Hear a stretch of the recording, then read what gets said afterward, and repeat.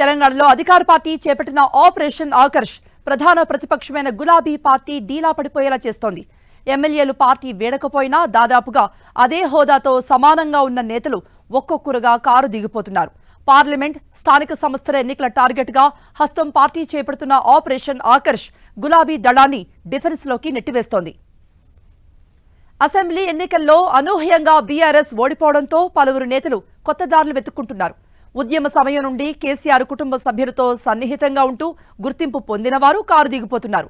Parliament ఎన్నికలు, ఆ తర్వాత రానున్న మున్సిపల్, స్థానిక సంస్థల ఎలక్షన్స్ టార్గెట్ గా గులాబీ దళాన్ని బలహీనపరిచేందుకు పక్కా కార్యాచరణ అమలు చేస్తోంది కాంగ్రెస్. ముఖ్యమంత్రిగా రేవంత్ రెడ్డి ప్రమాణ స్వీకారం చేసిన కొద్ది రోజుల్లోనే ఉమ్మడి మెదక్ జిల్లాకు చెందిన నలుగురు బీఆర్ఎస్ శాసనసభ్యులు సీఎంను కలవటం హాట్ టాపిక్ అయింది. ఆ తర్వాత గ్రేటర్ హైదరాబాద్ లో తెలంగాణ తొలి జీహెచ్ఎంసీ మేయర్, డిప్యూటీ మేయర్ గా అవకాశం దక్కిన బొంతు రామ్మోహన్, బాబా ఫసీయుద్దీన్ బీఆర్ఎస్ ను వీడారు. ప్రస్తుత మేయర్ గద్వాల్ విజయలక్ష్మి కూడా సీఎంను కలవడంతో డిప్యూటీ మేయర్ గా ఉన్న మోతే శ్రీలత అప్రమత్తమై కాంగ్రెస్ కండువా కప్పుకున్నారు.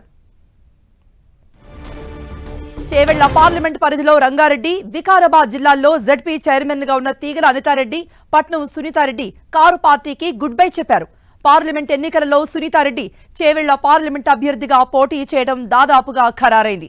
కొద్ది రోజుల్లోనే జీహెచ్ఎంసీలో పలువురు గులాబీ పార్టీ కార్పొరేటర్లు హస్తం గూటికి చేరుకునేందుకు సిద్ధమవుతున్నారు. ఈ ఆపరేషన్లో మాజీ మేయర్ బొంతు రామ్మోహన్ కీలకంగా వ్యవహరిస్తున్నారని తెలుస్తోంది.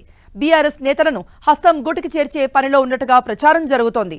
ఆయన సికింద్రాబాద్ పార్లమెంట్ స్థానం నుండి పోటీ చేసేందుకు పావులు కదుపుతున్నారు.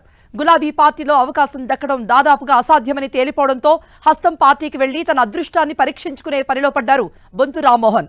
పలువురు సిట్టింగ్ ఎంపీలు కూడా గులాబీ పార్టీలో పోటీ చేసేందుకు లైన్ క్లియర్ గా ఉన్నప్పటికీ కూడా హస్తం పార్టీ వైపు చూస్తున్నట్టుగా ప్రచారం జరుగుతోంది. పార్లమెంట్ ఎన్నికల సమయానికి గులాబీ పార్టీ నుండి మరికొంతమంది నేతలు హస్తం గూటికి చేరిపోవడం ఖాయమన్న చర్చ గులాబీ పార్టీ నేతల్లో జోరుగా సాగుతోంది.